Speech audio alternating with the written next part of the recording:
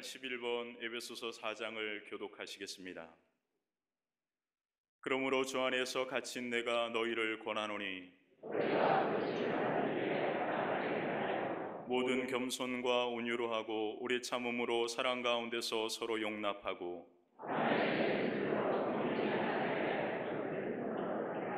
몸이 하나요 성령도 한 분이시니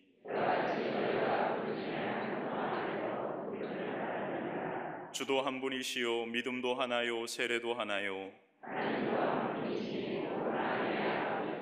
만유 위에 계시고 만유를 통일하시고 만유 가운데 계시도다. 아멘.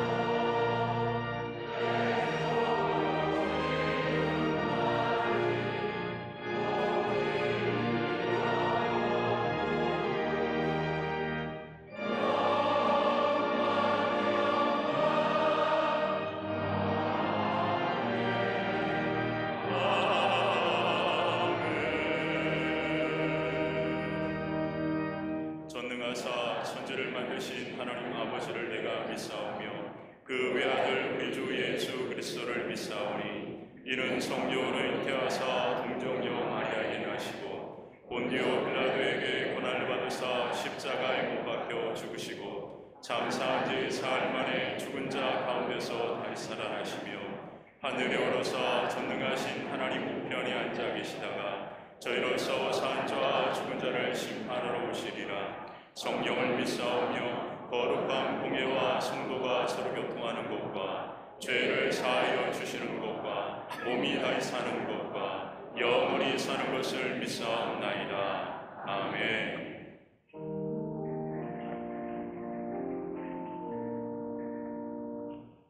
이 시간 모든 영광과 감사와 존귀와 찬송을 전능하신 하나님 앞에 올려드리오니 홀로 영광받아 주시옵소서. 모든 성도들이 신령과 진정으로 예배하오니 하늘의 문을 여시고 우리 예배 가운데 권능으로 임재하여 주시옵소서. 십자가 보혈로 우리의 몸과 마음을 정결케 하사 오직 거룩한 성령으로만 충만하게 하여 주시옵소서. 세상이 줄 수 없는 하늘의 기쁨과 평강이 가득하게 하여 주시옵소서.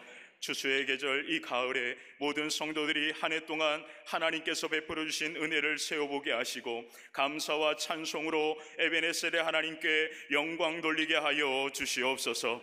역사를 주관하시는 전능하신 하나님, 사랑하는 이 나라 이 민족을 불쌍히 여겨 주시옵소서. 스스로 분쟁하는 나라마다 황폐하여지고 무너진다 말씀하신 주님, 한국교회와 성도들이 가슴을 찢고 통해 자복하며 회개하오니 이 민족의 죄악을 용서하여 주시옵소서. 이 땅을 고쳐 주시옵소서. 복음으로 통일되는 그날이 속히 임하게 하시고 대통령과 모든 지도자들에게 죽어야 사는 십자가의 지혜를 깨닫게 하여 주시옵소서. 죽음까지 아끼지 아니하고 모든 것을 내어주신 십자가의 사랑으로 생명을 살리게 하여 주시옵소서.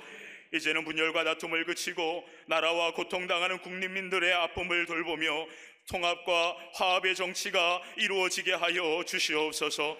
태풍 피해와 각축 전염병으로 고통 속에 신음하는 자들을 위로하여 주시고 돕는 손길들을 보내시사 삶의 자리가 회복되게 하여 주시옵소서.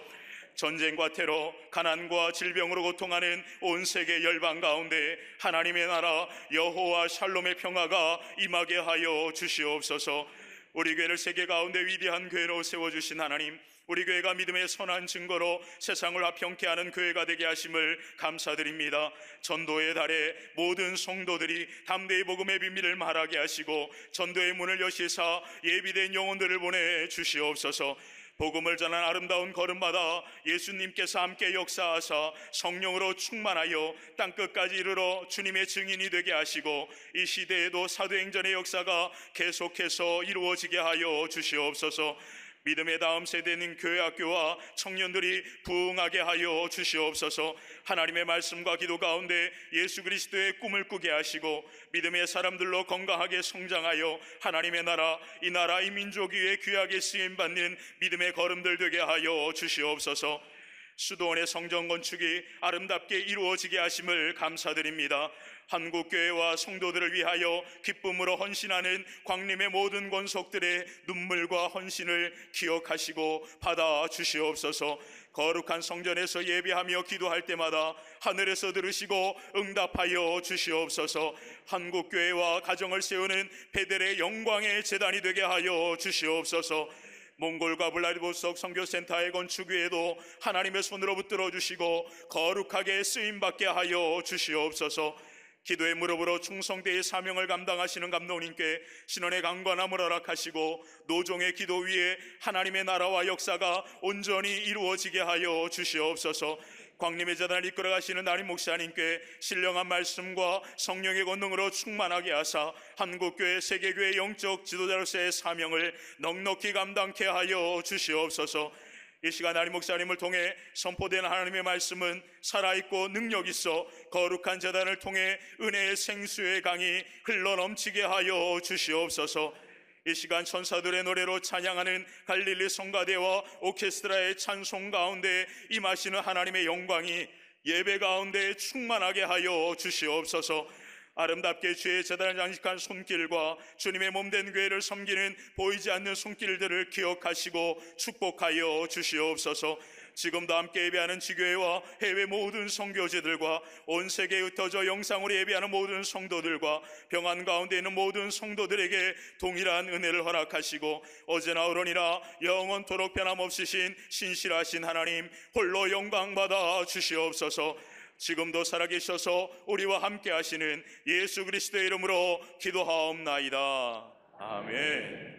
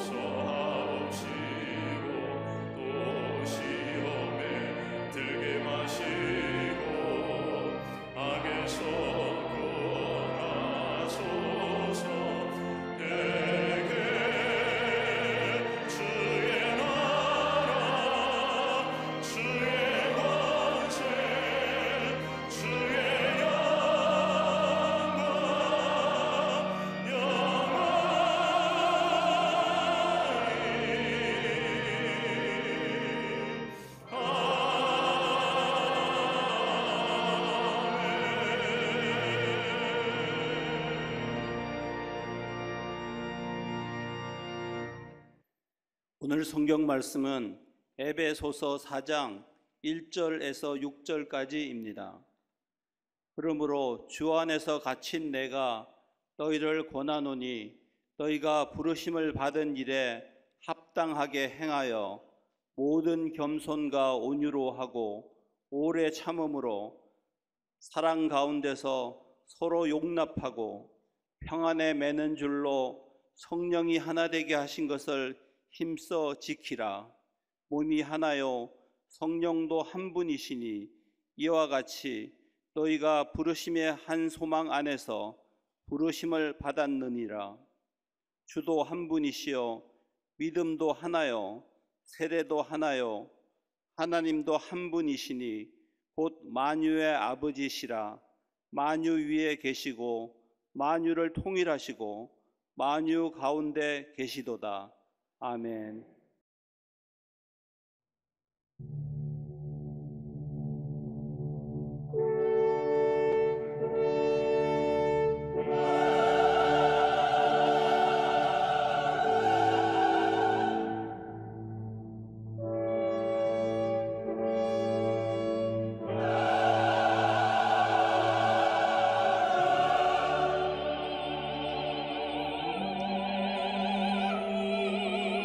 주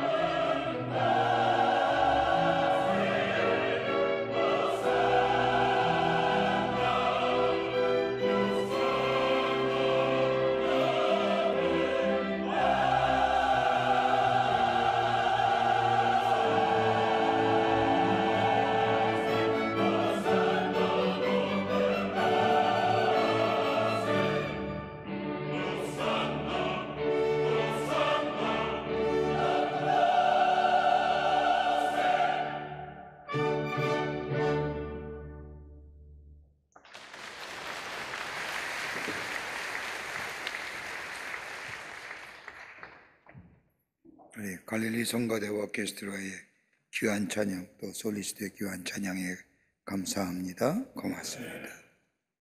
저는 지난 주간에 우리 교회 의료 선교팀과 함께 저 캄보디아 선교사 대회에 참여하고 왔습니다.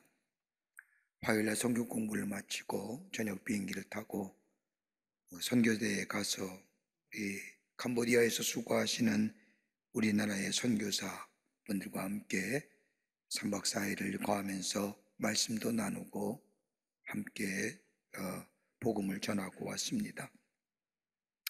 여러분도 알다시피 캄보디아는 베트남과 라오스와 태국과 함께 국경을 맞대고 있는 나라로서 불교 국가입니다. 인구의 95%가 불교를 믿습니다. 그 땅에서 캄보디아인들을 위해 복음을 전하는 우리나라의 선교사가 등록된 선교사의 수가 약 800명입니다. 등록 안 된 선교수까지 하면 1000명이 넘는다고 합니다. 국민소득이 한 1200불 정도가 되는 나라로서 1960년만 해도 필리핀과 함께 아시아에서 잘 사는 나라였습니다. 지금도 전 세계의 후추의 생산량의 80%가 캄보디아에서 나온다고 합니다. 그랬던 나라가 1970년대에 내전으로 인하여 쿠메르루주군에 의해서 유명한 큰 일을 당하지요. 현대사에 가장 기억날 만한 두 가지의 큰 아픔이 있다면 하나는 홀로코스트라고 하는 유대인의 죽음이고 또 하나는 킬링필드라고 하는 무려 지식인이 200만이 죽습니다. 지금도 캄보디아 언어에 사전이 없다고 합니다. 그 당시에 지식인이 다 죽어서. 그러면서 나라가 국력이 기울어서 지금은 가난한 나라가 되었습니다. 거기에서 하나님의 말씀을 전하는 선교사들을 초청해서 위로하고 또 우리 교회의 의료 선교팀이 가서 저들의 건강을 돌보고 무려 몇 개 갔냐면 12개가 가갔습니다. 종합병원이 간 거죠. 종합병원이 간 겁니다. 우리 간호사와 약사들이 가셔서 우리 권사님들과 집사님들이 가셔서 저들을 돌보고 또 약도 우리나라처럼 일주일분 아니 한 달치 길게는 2달치까지 주고 그리고 저들을 돌보고 돌아왔습니다. 돌아오면서 생각할 때 얼마나 감사한 일인지. 여러분 마음만 있어도 되는 것도 아니고 갖추었다고 되는 것도 아니고 마음과 그리고 갖춤이 있어야만이 섬기는 일에 쓰임받는데 우리 교회가 하나님의 은혜 가운데 저 낯설고 못설은 곳에서 하나님 나라의 복음을 전하는 저들을 찾아가서 저들을 위로하고 격려하고 돌봐줬다는 얼마나 큰 은혜고 얼마나 큰 감사한 일인지요. 거기 있던 선교사님들이 고백하기를 자기는 이 10년 동안 이 캄보디아 땅에서 복음을 전했는데 이번처럼 큰 위로받고 큰 격려받으며 용기를 얻은 적이 없었다고 고백한 것을 들을 수가 있습니다. 우리 의료 선교사, 우리 선교위원회에서 팀을 만들어서 거기 가서 다 문 닫고 병원 문도 닫으시고 학교도 잠시 휴가 내시고 오셔서 수고해 주시고 돌봐주신 것 저들에게 큰 위로가 되고 격려가 되었다고 하는 것을 들을 때 얼마나 감사한지 수고하신 우리 선교팀 또 우리 선교위원들에게 감사를 드리고 이 일이 있기까지는 우리 광림교회 모든 성도들의 주님 사랑의 마음 하나님 나라의 확장을 위해 쓰임받고자 하는 그 열심이 이런 좋은 열매로 좋은 것으로 드러나게 되면 감사를 드리고 다시 한번 치하의 말씀을 드립니다. 여러분 아다시피 캄보디아와 더불어 6개 나라를 가로짓는 유명한 강 하나가 있지요. 메콩강입니다. 중국에서 발원하여 캄보디아 하류로 나오게 됐지요. 그 메콩강을 기대어 사는 인구가 그 무려 6,500만 명이 그 메콩강을 기대어 삽니다. 그 메콩강은 상업이 또 서로가의 통용이 문물이 통용되는 아주 중요한 강이 있지요. 그 메콩강이 지류가 다 6개 나라를 거치면서 중국과 라오스와 태국과 캄보디아와 미얀마를 거치면서 캄보디아 끝자락에 왔는데 우리가 걷던 그 호텔 앞에 맥공강이 큰 주류가 하루이기 때문에 굉장히 넓습니다만, 저는 맥공강이 좀 깨끗한 줄 알았습니다만 엄청 그렇습니다. 그렇게 얘기하면 다른 나라 욕하는 것 같아서 그렇습니다만, 그런데 그곳에 기대어 사는 사람이 6,500명인데 그 아이들이 그 물에 목욕합니다. 그러니까 피부질환이 많은 거예요. 또 배에서 사는 사람들 아무런 오배수 시설이 없는 거지요. 그냥 아무데나. 근데 그 물에 고기 잡아 먹고 그 물에서 수영합니다. 한때 잘 살았던 나라인데 나누어지고 갈리어지고 찢어짐에 그 아픔 속에서 나라가 어렵고 힘들게 된 것을 보게 됩니다. 여러분, 평화를 염원하고 민족이 하나 되는 간절한 마음은 우리나라뿐만 아니라 전 세계 사람이 가지고 있는 마음일 겁니다. 그런데 이러한 마음과는 달리 이 세상은 분열과 나누어짐의 고통 속에 사는 것을 봅니다. 우리의 마음도 나누어져 있고요, 우리의 가정도 나누어져 있고, 우리의 사회도, 아니 우리가 함께 하나 되어야 할 이 공동체에도 서로 나누어져서 비방하고 비난하는 것을 보면서 아픈 마음을 갖습니다.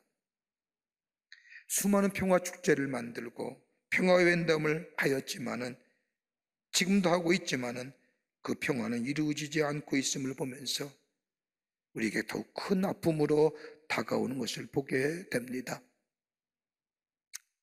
이 나누어짐에 대하여 많은 사회학자들이 여러 가지 많은 이야기를 하고 원인을 얘기하지만, 한 신학자는 이렇게 얘기합니다. 우리가 하나 되지 못하는 이유는 다름 아닌 우리 안에 담겨진 인간의 이기심과 더불어 이중적인 마음이 우리를 하나 되게 하지 못한다고 말합니다. 이중적이고 이기적인 마음. 이렇게 볼 때에 하나 되지 못하는 근본적 이유는 사회적이고 정치적이고 경제적인 이유가 아니라 나의 문제가 연결되어 있음을 봅니다. 아무리 하나 되기 위하여 의지를 가지고 노력한다고 해도 하나가 되지 못하는 것은 다름이 아니라 우리 안에 하나님과의 관계가 단절되는, 하나님과의 관계가 끊어짐으로 오는 우리 안에 주시는 평안과 축복을 잃어버렸기 때문입니다. 하나님과의 관계가 깨어진 이 단절이 곧 이웃과 이웃의 단절을 만들어내고, 하나님과의 관계가 깨지게 했던 이 내 안에 있는 이기심과 자기중심과 그리고 이중적인 마음이 사람과의 사람의 관계성을 단절시키는 그런 원인이 되었다는 겁니다. 여러분, 성경에서 말하는 관계란 단어는 히브리어로 야다입니다. 이 야다는 다른 말로 아니라 악엽불로 붙인 것 같은 끈끈한 관계, 뗄 수 없는 관계를 가리켜서 히브리어로 야다라는 겁니다. 여러분, 창세기에 나온 아담과 하와의 관계가 바로 야다의 관계였습니다. 끊어야 끊을 수 없는 관계. 그런데 그 끊을 수 없는 그 관계 사이에 죄라는 것이 들면서 관계가 끊어집니다. 반복하며 갈등할 뿐만 아니라 그 속에 무책임성이 들어오고, 이로 인하여 사람과 사람의 관계성이 끊어질 뿐만 아니라 자연과의 관계조차도 깨어짐으로 말미암아 자연의 어려움들이 인간의 삶을 위협하는 세상 속에 살게 되었습니다. 여러분, 이런 인간의 분열의 역사는 신할 평야에 세워진 바벨탑의 역사에서 확연되었습니다. 구체화되었습니다. 인간들이 죄의 탑을 쌓는 것을 보면서 하나님은 저들의 언어를 혼동케 하심으로 인하여 결코 죄 아래에 있는 자들이 하나가 될 수 없음을 바벨탑을 통하여 확인시켜 주셨습니다. 그런데 이것으로 인간의 역사가 끝이 난다면 절망, 좌절일 겁니다마는, 그러나 오늘 본문의 말씀, 우리가 함께 읽은 예배소서의 말씀을 보면 인간의 죄로 인하여 갈등과 반복과 나누어짐, 이 역사 속에 하나님이 구원의 소식, 하나됨의 역사를 증거하십니다.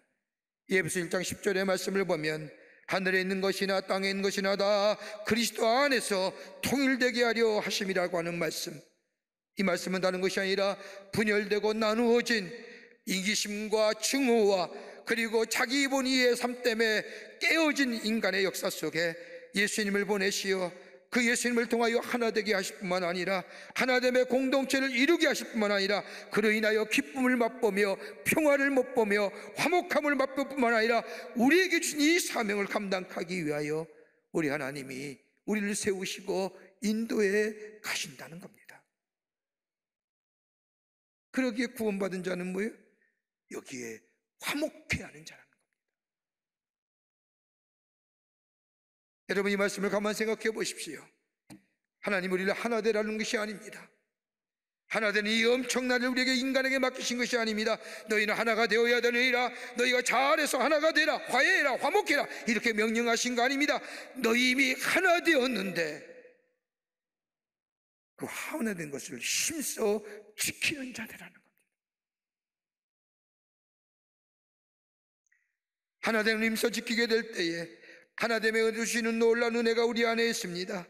축복의 공동체 안에서 평화를 누리며 기쁨을 누릴 뿐만 아니라 우리 안에 잠재되는 수많은 죄의 욕망들을 이겨 승리할 뿐만 아니라 하나님의 은혜 안에서 은혜의 기쁨을 누리는 나눔의 공동체를 누리며 그로 인하여 하나님의 살아계심이 증거되는 아름다운 공동체의 증거가 이루어지기 때문입니다. 힘써 지킬 이유가 있습니다. 여러분, 우리가 알다시피 에베소서는 6장의 말씀으로 되어 있습니다. 바울 서신에 보면 우리가 쉽게 발견하듯이 서론에는 우리가 어떤 존재인가 얘기하며 후반기에 와서는 그러므로 우리가 어떤 사람으로 살아야 될 것인가를 말하는데 이 에베소서도 예외는 아닙니다. 1장부터 3장의 말씀을 보면 우리가 어떤 사람이었는가? 심플하게 대답합니다. 다름이 아니라 죄인이었다는 겁니다. 우리가 이제 어떤 사람이었습니까? 죄인이었습니다. 죄인이라는 것은 희망이 없는 존재입니다. 죽을 수밖에 없는 희망이 없는 존재인 우리에게 하나님이 구원해 주셨습니다. 여러분, 이거 믿습니까? 왜 대답 안 하십니까? 믿습니까? 이 믿음의 고백이 있어야 됩니다. 하나님 우리를 구원해 주셔서 하나님의 자녀가 되게 하셨습니다. 그 전제가, 그 믿음의 고백이 있은 후에 4장 이후의 말씀을 보면 아하라고 이해가 됩니다. 우리가 그렇게 살아야 되겠구나라고 고백할 수 있습니다. 여러분, 1장부터 3장의 말씀, 우리가 죄인이었는데 하나님의 은혜로 구원받은 백성으로 하나님의 자녀가 되었다는 이 확신이 없다고 한다면 4장 이후에 나오는 하나님의 사람으로 살아갈 방식인 하나님의 축복을 지키는 일, 은혜 안에 기쁨을 누리는 삶, 이 놀라운 하나님의 은혜를 지켜나가는 일, 하나됨의 교제를 통하여 관계성의 회복을 통하여 내 안에 평화와 만족과 기쁨을 누리는 삶을 영위할 수 없다는 겁니다.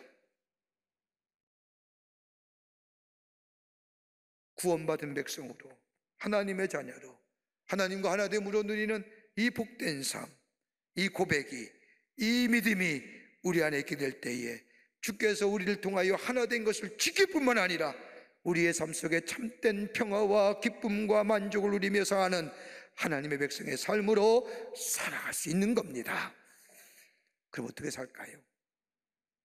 깨어진 이 사회 속에서 우리 어떤 모습으로 하나님이 주신 이 놀라운 축복을 누리며 간직하며 이 땅에 하나님의 뜻을 이루어 나가는 우리의 복된 인생, 복된 가정, 교회 공동체 어떻게 하면 이룰 수 있을까요? 오늘 본문의 말씀은 우리에게 귀한 영적인 교훈과 도전을 주십니다. 본문의 말씀을 통해서 몇 가지 함께 말씀을 나누며 은혜 받기를 원합니다. 첫째는 믿음에 합당하게 응답하며 살라는 겁니다. 믿음에 합당한 응답이에요. 오늘 4장 1절의 말씀을 보십시오. 바울이 에베소 교회를 향하여 편지하기를 그러므로 주 안에서 갇힌 내가 너희를 권하노니 너희가 부르심을 받은 일에 합당하게 행하여 라고 얘기합니다. 여기 말씀을 우리가 좀 더 쉽게 이 4장 1절의 말씀을 메시지란 성경을 보면 이렇게 말씀합니다. 이 모든 일을 생각하면서 내가 여러분에게 바라는 것이 다음과 같습니다. 나는 주님을 위해 죄수가 되어 이곳에 갇혔지만 여러분은 저 바깥으로 나가 하나님께서 여러분을 부르셔서 걷게 하신 그 길을 당당하게 걸어가십시오. 아니, 달려가십시오. 나는 여러분 가운데 그 어느 누구도 팔짱을 끼고 가만히 앉아있기를 바라지 않습니다. 또한 나는 여러분이 엉뚱한 길에서 헤매는 것을 원치 않습니다. 다른 말로 말하면 하나님께서 우리를 구원해 주신 것이 얼마나 가치 있고 소중한 삶인 것을 그 은혜 받은 삶에 합당한 모습으로 응답하며 살라는 겁니다. 받은 복도 중요하지만 우리가 받은 복과 동시에 복을 가진 사람으로 적극적으로 살라는 겁니다. 그러기에 여기 뭐라고 얘기합니까? 너희가 부르심을 받았느니라. 여러분, 이 부르심이란 단어에는 두 가지의 영적인 의미가 담겨져 있습니다.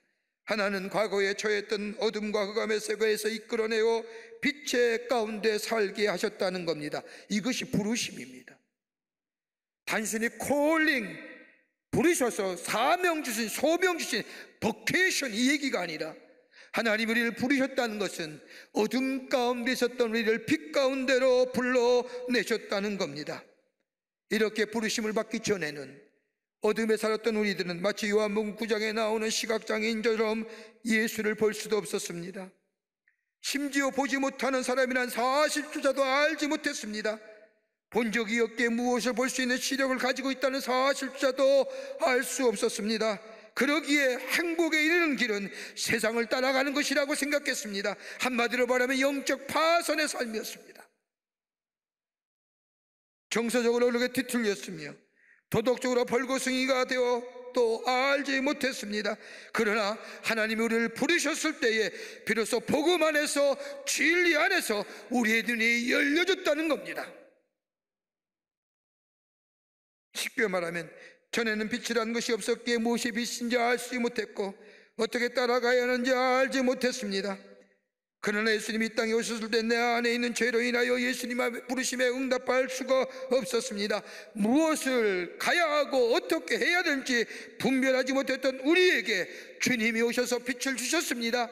그 빛이 내 안에 들어옴으로 말미암아 어둠이 무엇인가 알게 되었고, 그리고 무엇을 따라가야 되는지 분별하게 되었고, 그리고 내가 어디로 가야 하는지 알게 될 수 있는 은혜와 능력을 우리에게 주셨습니다. 영적인 눈이 깨어지니, 빛이 들어와 영적인 눈이 띄어지니 내가 얼마나 벌거숭이였고 내가 얼마나 정서적으로 뒤틀렸으며 내가 옳다고 생각하는 신념이나 사상이나 철학들이 얼마나 병들었다음을 알게 되었다는 겁니다. 뿐만 아니라 나와 함께하는 공동체가 나의 이런 죄성으로 인하여 나누어지고 쪼개어졌다는 사실을 비로소 깨닫게 됐다는 거예요.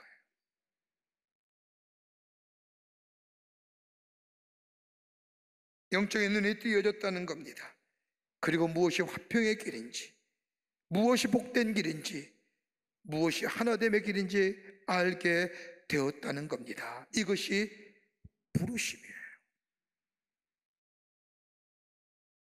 또 하나의 부르심이 있지요. 오늘 본문의 말씀을 보면 2장 읽지는 않았지만 예배서 2장 4절과 5절의 말씀을 보면 국률이 풍성하신 하나님이 우리를 사랑하신 그 큰 사랑으로 인하여 허물로 죽은 우리를 그리스도와 함께 살리셨고 너희는 은혜를 구원을 받은 것이라 라고 말씀하는 것처럼, 여러분, 우리에게 새로운 생명, 죽음에서 불러넣어 생명 주셨다는 겁니다. 여러분, 우리가 예수 믿기 전에 어떤 삶이었을까요? 예수 믿기 전에 우리의 삶을 성경은 단 한마디로, 한 문장으로 요약합니다. 죄와 허물로 죽었던 삶, 인하여 죽었다는 겁니다. 하나님과의 관계가 깨어지면서 내가 나의 삶의 주인이 되어 내가 스스로 선택하고 판단하며 계획하는 나의 삶, 이것이 자유라고 생각했던 삶. 단순히 이것은 하나님과의 관계의 단절뿐만 아니라 더 나아가 이웃과 이웃의 관절로 끊어졌고, 이 단절로 인하여 우리에게 새로운 힘이, 하나님과의 관계가 됐을 때는 하나님의 능력이, 하나님의 진도하심이, 하나님께 함께하심이, 하나님의 강한 역사가 있었는데 하나님과의 관계가 끊어지니 우리 안에 새로운 힘이 내 안에 들어왔다는 겁니다. 어떤 힘일까요? 사단의 힘이에요. 그것이 우리의 마음을 숭배하고 우리의 사고를 지배하고 우리를 행동을 지배했습니다. 하나님이 없다고 하는 세상의 사상과 가치들이, 그리고 쾌락이라는 이름으로, 문화라는 이름으로 한 번도 하지 못한 것들이 우리에게 다가와 하나님이 주신 소중한 가치를 앗아갔을 뿐만 아니라 귀한 것을 보지 못하게 만들었습니다. 내 속에 있는 욕망이 비전이라는 이름으로, 내 속에 있는 욕심이 꿈이라는 이름으로 우리에게 다가와 나의 마음을 지배하면서 하나님의 부르심에 응답할 수 없게 만들었습니다. 그런데 이렇던 우리 하나님이 예수님을 통하여 구원해 주셨습니다. 그리고 하나님의 말씀에 믿음으로 응답하며 살게 하셨습니다. 이것이 바로 부르심이라는 겁니다. 이 부르심을 응답한 사람은 죽음에서 생명으로, 어둠에서 빛으로 옮겨진 자의 모습입니다. 이런 자의 고백은 내가 구원받은 것은 하나님의 은혜라 고백하는 자입니다. 세상의 철학과 사상에 의해 살았던 내가, 죄와 사탄이 시키는 대로 살았던 내가, 내 안의 욕심과 욕망대로 살았던 내가 이제는 이것들을 거부하고 하나님이 주시는 축복의 삶으로 살아갈 수 있는 능력이 내게 있어졌다는 겁니다. 무엇으로요? 부르심을 통하여. 그럼 어떻게 살아야 됩니까? 전에는 나의 삶에 어려움이나 역경이 오면 오랫동안 살았던 삶의 방식대로, 그리고 거기에 예수의 이름 몇 번 불러 기도하는 모양으로 편할 때는 내 맘대로 살고 어려울 때만 주님 3번 부르며 사는 삶으로 우리에게 다가왔다고 한다면, 이제는 부르심을 받은 삶, 생명에서 사망에서 생명으로, 어둠에서 빛으로 인도함 받아 하나님의 은혜 안에 사는 삶이 되었다고 한다면, 하나님의 약속의 말씀에 응답할 능력이 내게 있음을 깨닫는 삶이 되었다고 한다면, 내 생각이 정답이요 다 맞다는 생각에서 보느나 지금 내가 하는 이 선택과 결단이 경영코 하나님의 말씀에 합당한 삶으로 응답적인 자세로 선택하며 결단하며 사는 것이라는 것이 멈추어 서서 생각해 보라는 겁니다.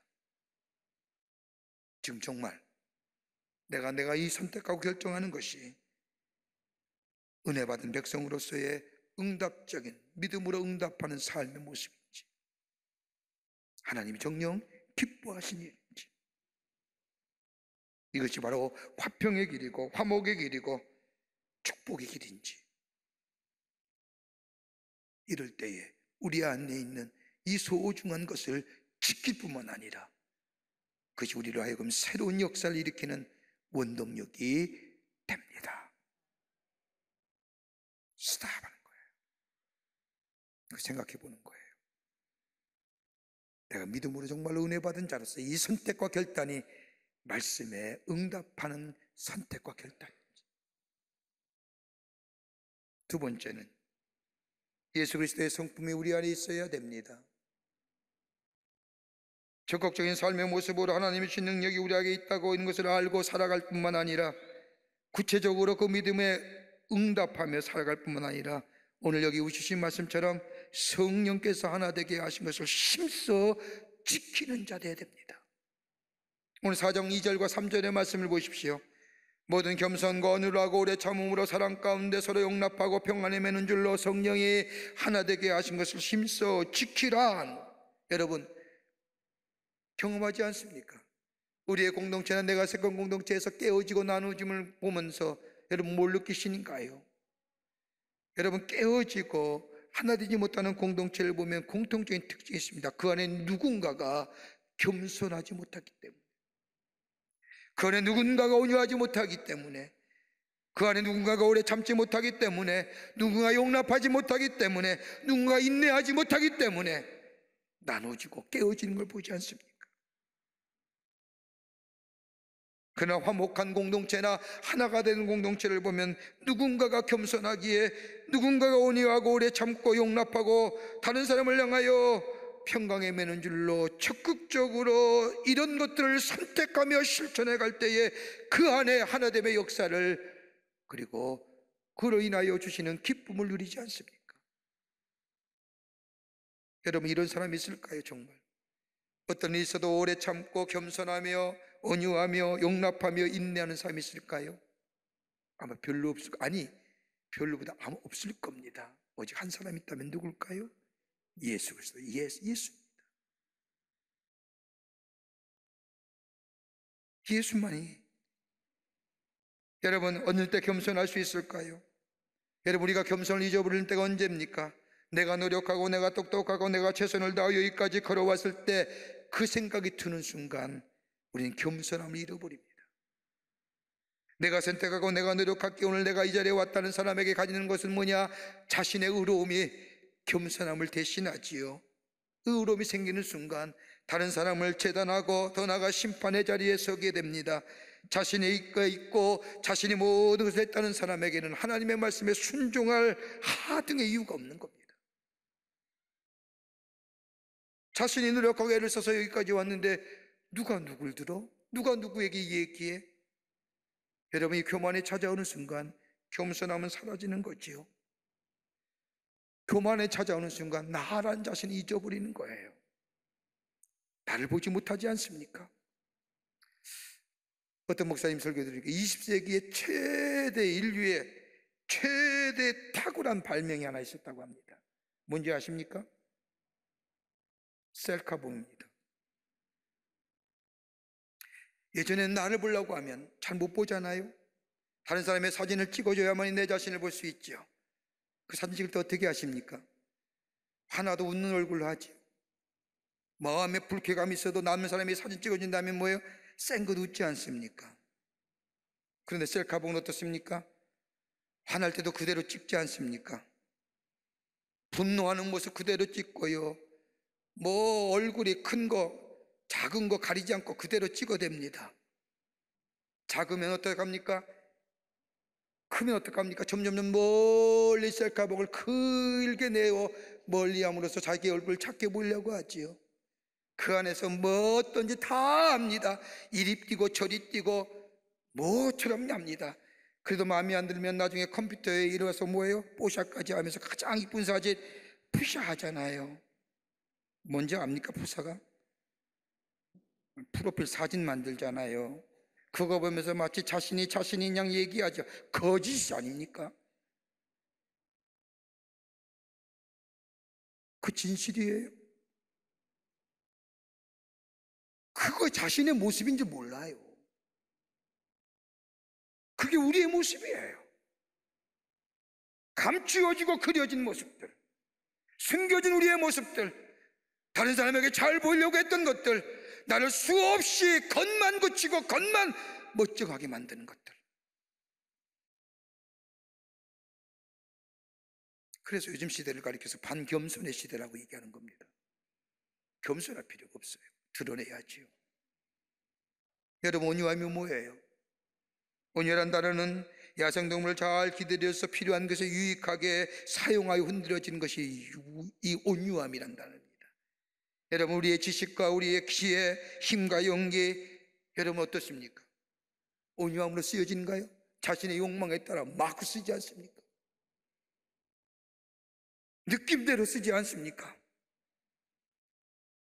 쓰지 말아야 할 때에 쓰지 않습니까? 화내지 말아야 할 때 화를 내지요. 지혜 쓰여지 말아야 할 때에 그것에 악한 것에 지혜가 쓰여지고요. 쓰지 말아야 힘 공동체에 써서 나누게 하죠. 오래 참습니까? 오래 안 참잖아요. 여러분, 오래 참으면 하나님이 행하시는 일을 믿는 사람만이 오래 참을 수 있지요. 오래 참을 수 있는 사람을 다시 말하여 소망의 사람으로 부른 이유가 여기에 있습니다. 하나님을 믿기에. 용납한다는 거요? 쉽지 않지요. 상대방을 그대로 받아들이는 겁니다. 다름을 인정하는 겁니다. 요즘 왜 그렇습니까? 다름을 인정하지 않잖아요. 내 방식이 맞다고 상대방을 바꾸려고 하거나 조종하려는 것이 있기에 문제가 생기고 파열음이 생기고 나누어지지 않습니까? 인정하고 받아들이는 것.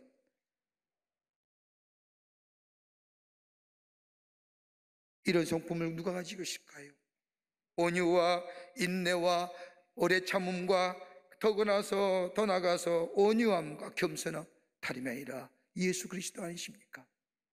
이 성품이 우리 안에 있을 때에 하나님이 주시는 하나가 됨의 역사를 지킬 뿐만 아니라 하나됨의 역사를 이루어갈 수 있는 겁니다. 그러기에 갈라디아서 5장 22절의 말씀을 보면 성령의 열매를 관해서 말합니다. 오직 성령의 열매는 사랑과 일학과 화평과 오래 참음과 자비와 양성과 충성과 온유와 절제니, 여러분 이것은 어떻게 해요? 성령이 우리 안에 충만하게 될 때에 우리 안에 온유함이 생기고 오래 참음이 생기고 인내가 생기고 다름에 대해서 용납할 수 있는 마음이 생기고 그러기에 하나님이 우리에게 말씀하시기를 성령의 충만함을 받아라. 다른 사람을 위하여 변화하고 다른 사람을 위하여 하나님 저 사람 변화시켜 주십시오라고 기도하기보다는 하나님 내 안에 하나님의 거룩한 영이 임재하시어 나의 습관과 나의 성품과 나의 생각을 바뀌시어 예수의 성품 닮게 하여 주시옵소서라고 기도하며 그 안에 거하게 될 때에 우리는 뭐요? 하나됨을 지킬 수 있고요, 그래 주시는 평화와 기쁨과 감사와 만족의 삶, 그리고 그것을 증거하는 하나님의 복된 백성의 삶으로 살아가게 될 줄 믿습니다. 이게 우리의 있어요. 끝으로 하나님의 절대 은혜를 인정하라는 겁니다. 하나님의 은혜가 우리에 있음을, 다른 말로 말하면 하나님의 주권, 하나님의 절대 주권하심을 인정하려고 살라는 겁니다. 하나님의 절대 주권을 고백하면서 내 삶을 헤쳐나가라는 겁니다. 여러분, 우리가 일을 하면서 사람에게 맞추거나 일에 초점을 맞추면 우리에게 다가오는 것이 뭘까요? 절망과 좌절의 부정적인 마음입니다. 가만히 생각해 보십시오. 우리를 사망 가운데 불러내시어 믿음으로 응답할 수 없는 우리에게 빛을 보내주시고 어둠에서 우리를 불러내시어 빛이 무엇인가를 보게 하실 뿐만 아니라 어디에 가야 되는지 무엇을 해야 되는지 깨닫게 하실 뿐만 아니라 빛 가운데 걸어갈 수 있도록 능력을 주신 우리 예수님, 그 하나님의 은혜를 생각해보고 예수 그리스도가 나의 구세주로 영접하고 나로 하여금 하나님의 자녀가 되게 하실 뿐만 아니라 에클레시아적인 하나의 교회 공동체를 만들어서 이 안에서 하나님의 하나됨의 은총을 지키며 살아가는 것들 한번 생각해 보십시오. 이거 내 마음대로 된 겁니까? 내 주권과 내 의지와 내 생각대로 된 겁니까? 아니죠. 여러분, 오늘 이 자리에 어떻게 나오게 되셨습니까? 여러분의 의지가요? 아닙니다. 하나님의 주권이 강권적으로, 하나님의 주인 되심이, 하나님의 주권이 강권적으로 여러분의 마음을 감동시키시고 이끄셨기에 오늘 이 자리에 오게 하셨다는 겁니다. 이거 믿는 거예요. 우리에게 자유 주셨지만 그 자유 주신 것보다 더 근원적이 있다면 하나님의 절대 주권에 의해서 우리에게 자유가 주고 나 같은 사람에게 하나님의 자녀 되게 하시고 하나님의 백성 되게 하실 뿐만 아니라 하나님의 사람으로 세워주시고 내 안에 내 삶 속에 역사하시는 그 하나님의 놀라운 은혜, 그 하나님의 놀라운 주권을 인정하며 살 때에 우리는 뭐예요? 하나됨의 역사를 경험하시는 거예요. 내 거 아니잖아요. 이거 내 거야 라고 소유할 이력이 없잖아요. 왜? 은혜로 주신 거잖아요. 그러기 오늘 바울은 우리가 왜 하나 됐느냐? 그 6가지 증거를 6가지로 얘기합니다. 7가지로 얘기합니다. 하나는 뭐냐? 우리는 한 몸에 속하였다. 우리는 몸된 예수 그리스도의 지체다. 한 성령을 믿습니다. 같은 소망 가운데 사합니다. 우리가 죽으면 저 하나님의 나라에 갑니다. 우리의 구원받은 백성으로 주님과 함께 왕노탈 겁니다. 이 소망, 살아있는 소망입니다. 더 나아가 같은 주의를 모십니다. 예수님 우리의 삶의 주인 되십니다. 우리의 삶을 주인 되시기에 우리의 삶을 이끌어 가십니다. 우리의 믿음도 내용도 같습니다. 내가 구원받는 것은 내가 잘나서가 아니라 하나님의 은혜요, 예수의 이름으로 구원받았습니다. 예수 이름 외에는 구원받을 만한 이름이 우리에게 주신 일이 없습니다. 예수 믿어야 구원받습니다. 그럴 때에 죽으면 우리가 천당 갑니다. 부활할 때에 신령한 몸으로 우리가 부활하게 됩니다. 믿음의 내용이 같습니다. 틀리면 여기 오지 못합니다. 한 세례 받았습니다. 성부, 성자, 성령으로 세례를 받았습니다. 무엇보다 한 아버지를 모시고 있습니다. 그 아버지는 모든 이 아버지이고 만유에 계시고 모든 것을 통일하시고 모든 것에 계시는 하나님이십니다. 이 믿음이 우리 가운데 있을 때에 우리가 때는 우리의 삶에 이해하지 못한 일이 있다 할지라도 하나님의 이 주권적인 역사, 나의 나된 것은 하나님의 은혜라고 고백했던 바울의 고백처럼 그 하나님의 역사하심이 내게 있다는 것을 믿고 그 믿음을 붙잡고 나아가게 될 때에 하나님이 우리에게 주시는 기쁨과 소망, 화평과 축복의 길을 걸어갈 수 있다는 겁니다. 이 고백이 우리 가운데 있어야 됩니다. 나 같은 부족하고 허물 많은 사람이라도 하나님 은혜가 내 삶에 여전히 있다고 고백하며 나아갈 때에 주님이 주시는 기쁨과 평안과 화목이 그리고 복됨의 역사가 우리 안에 넘쳐나는, 그래서 하나님의 역사를 증거하는 복된 하나님의 백성들이 될 줄 믿습니다. 이런 믿음으로 살아가시는 여러분과 저와 되시기를 주의 이름으로 축원합니다. 하나님 감사합니다. 저희들 사랑하시고 지키시고 하나님의 자녀 되게 하신 것 감사합니다. 하나님의 은혜입니다. 내가 잘나서가 아니라 하나님의 전적인 은총입니다. 이 은혜 안에 거하는 자들 되게 하여 주셔서 하나님이 주시는 축복의 삶을 누리며 증거하며 그 안에서 나눔과 그리고 평강과 그리고 평화와 화목의 역사, 축복의 역사를 경험하며 증거하는 하나님의 백성들이 다 되게 도와 주시옵소서. 성령이 도우실 줄 믿으며 예수님의 이름으로 기도하옵나이다. 아멘.